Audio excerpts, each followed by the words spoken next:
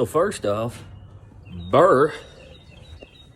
Luckily, we're going to the Roy City shop today, and I have a heater in the shop over there, big old wood burning stove type thing. Man, I love that thing, especially this time of year. It is definitely worth having.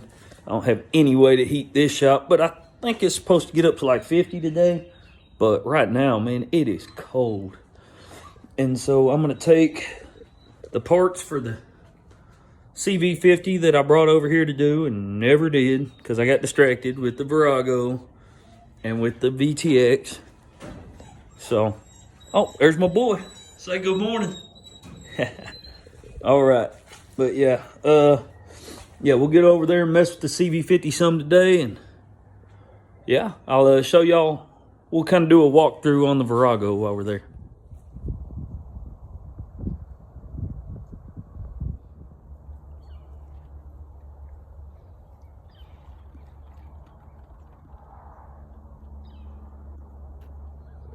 So before I do a damn bit of anything, we're gonna get this fire going over here. All right, got us a decent little flame going.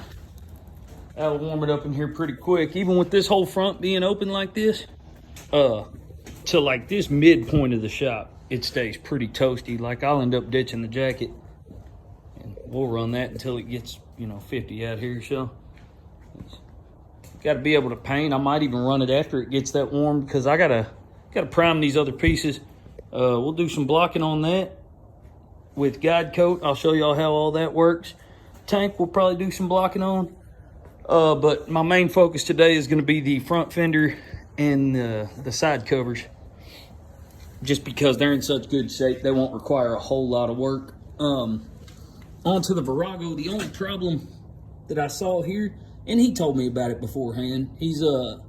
I told y'all where to find Big Kyle's videos for this build. It's on Pipe Dreams Customs YouTube channel, and he's actually the one who motivated me to do a YouTube channel, and he was my mechanic way back in the day when I had the shop. And he's great with engines and stuff like that, man. He's way better at that type of stuff than I am. I've always been the fabrication and paint guy, customization more than anything. But so right here on this intake boot, he said it's stripped out in the head. These heads are off of another bike, a newer bike. And I'll actually show you the heads real quick. That the reason he did the rebuild. But you can go to the YouTube channel and watch his builds if you want. Oh, here it is. Yeah. How you like that, huh? You see that broken valve down there? Yeah. It got ran pretty hard. And so with that, he went ahead and did the full rebuild on it. Man, it runs great. I rode it yesterday. I didn't ride it far, and I don't think I got out of third gear, but it runs awesome.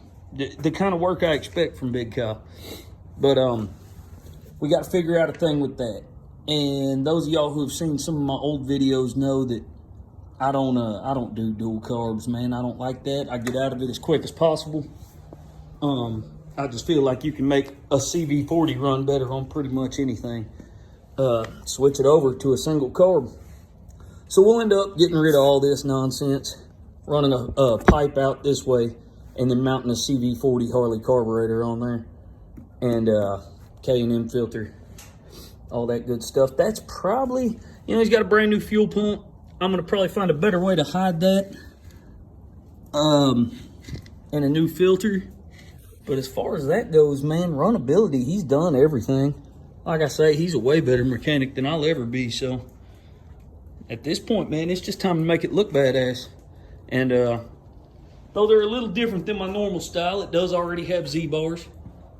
They're kind of cozy, even though they're really close together. I've never rode a bike quite like that, but I rode it around yesterday, and I am a fan. That whole back end's got to go. I'm thinking like maybe something along the lines like a Toyota gray for the tank, that light grayish color, or maybe a little bit darker than that, and then just murder everything else out.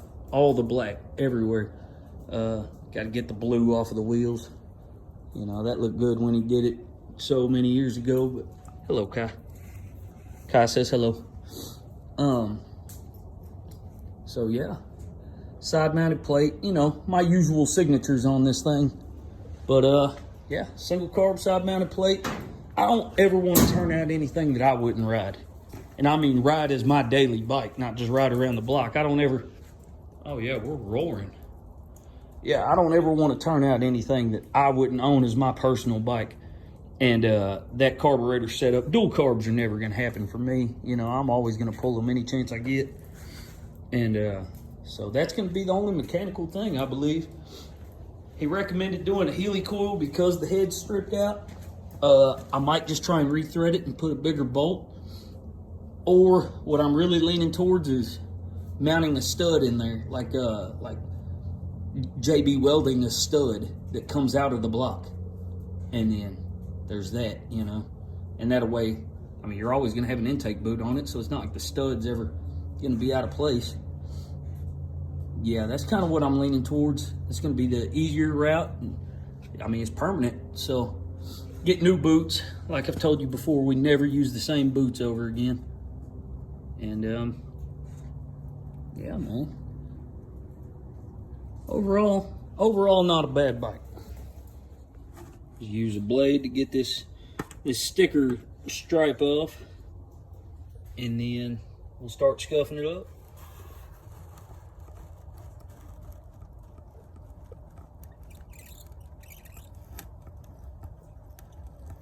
Alright, so just remember, always follow that X pattern.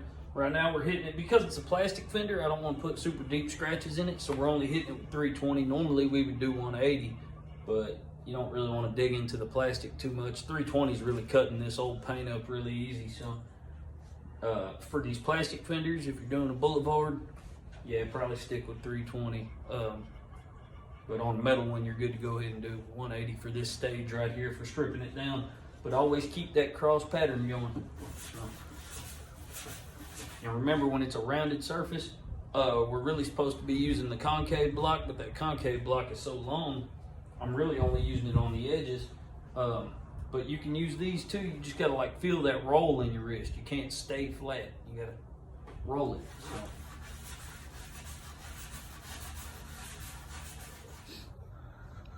So one thing I want to touch on just real quick, that line. I told y'all about it on the last video, and you can see it all right here in the factory paint job. Do you see this little edge right there? It runs all the way around the entire fender. Block that out. That should've looked bad, especially on a custom paint job. Same thing with this hard line. You want to feather that out. Don't worry about high spots, low spots. Primer's gonna find all of that stuff. But definitely make sure you have any hard lines out, because those will show through the paint and it won't look good. So that little edge all the way around, that has to go.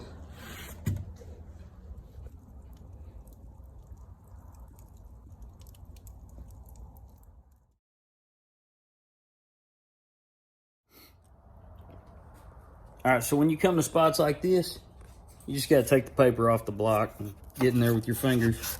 You know, that's all. That's the only way really to do stuff like that. But I mean, even if a spot like this is not perfect, it's hidden behind the forks, you know, so it's not a spot you see, but you still want to get good color on it and stuff. Got some minor Bondo work on there, just little spots, mostly stuff I nicked, getting that sticker off. You know, there's a little rubber thing you can put on the end of your drill, and I have it.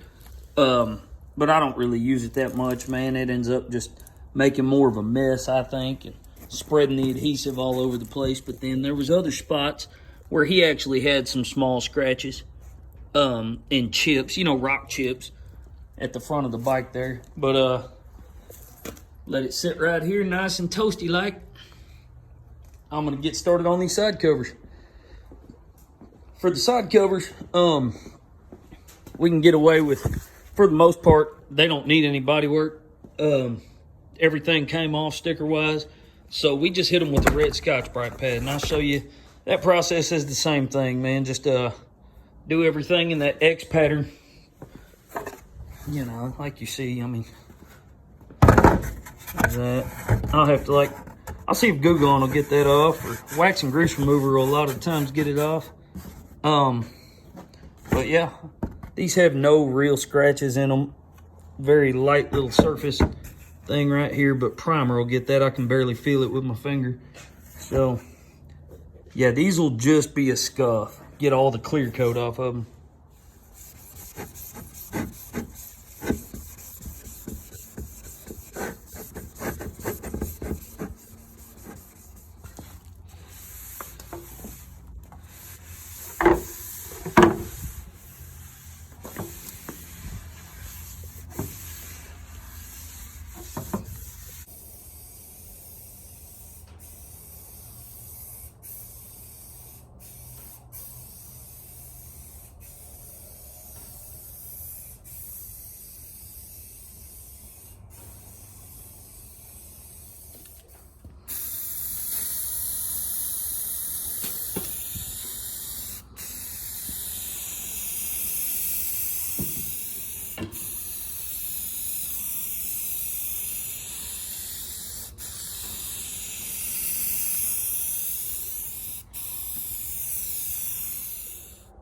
All right, another can down. Got the side covers and the front fender done. You know, on the back fender, I used 2 cans. It was necessary on the back fender. Front fender wasn't nearly as bad, and then these sides were really perfect. I mean, they're overall just a scuff and shoot, man. They didn't need anything, and the front just had some little chips and whatnot. So, yeah. Now that we got those done, all that's left to be put in primer before we start doing like the engine and blacking out all that chrome and all that. The only other thing that's left to be put in primer is the tank. The tank's not in bad shape, so it really won't be that bad, but we're gonna focus on the rear fender now. So I told y'all about we're gonna put guide coat on this one. We're not actually gonna put guide coat. We're gonna do just a little bit of black spray paint. You don't have to put a lot. You lightly dust it. So you literally just, I mean, I just got like dirt and shit on there. Nothing to worry about though. But you literally just hold it back at a distance, man. Solid distance, 3 foot or so. And that's even more than I really needed. This shit comes out good though.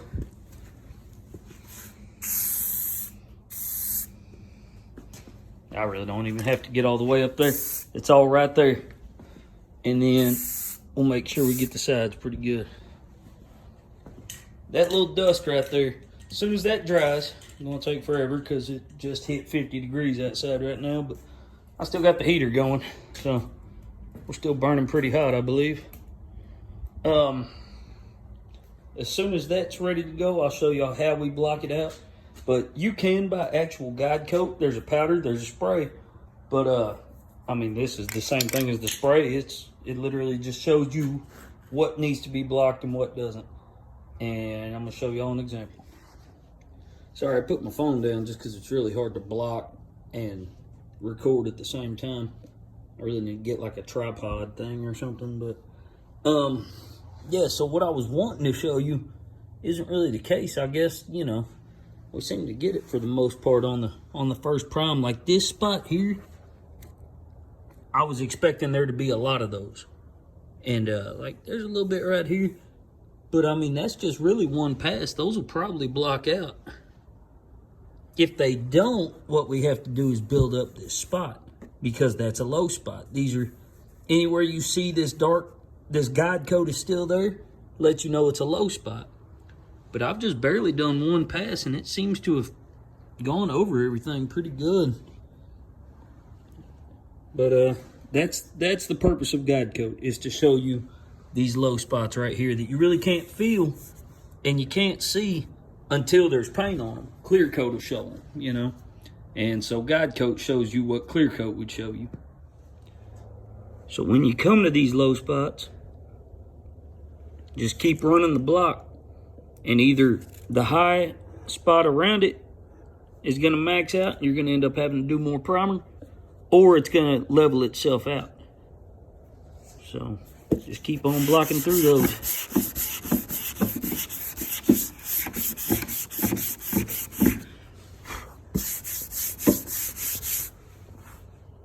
you go. Back fender blocked out great first time. I mean, that never happens, especially on something that we do all that fiberglass work and then Bondo and all that. It was really kind of a miracle. I mean, it's great, but y'all don't get to see how guide coat works really in action. But I think y'all get the idea. You know, just use the guide coat black spots to let you know where you need more filler or more, you know, primer, really. If it's light enough, you can usually get away with just spot priming it. But that's why I use so much primer, so I can block it down to what I need it to. You know, you can't have too much primer on something. So.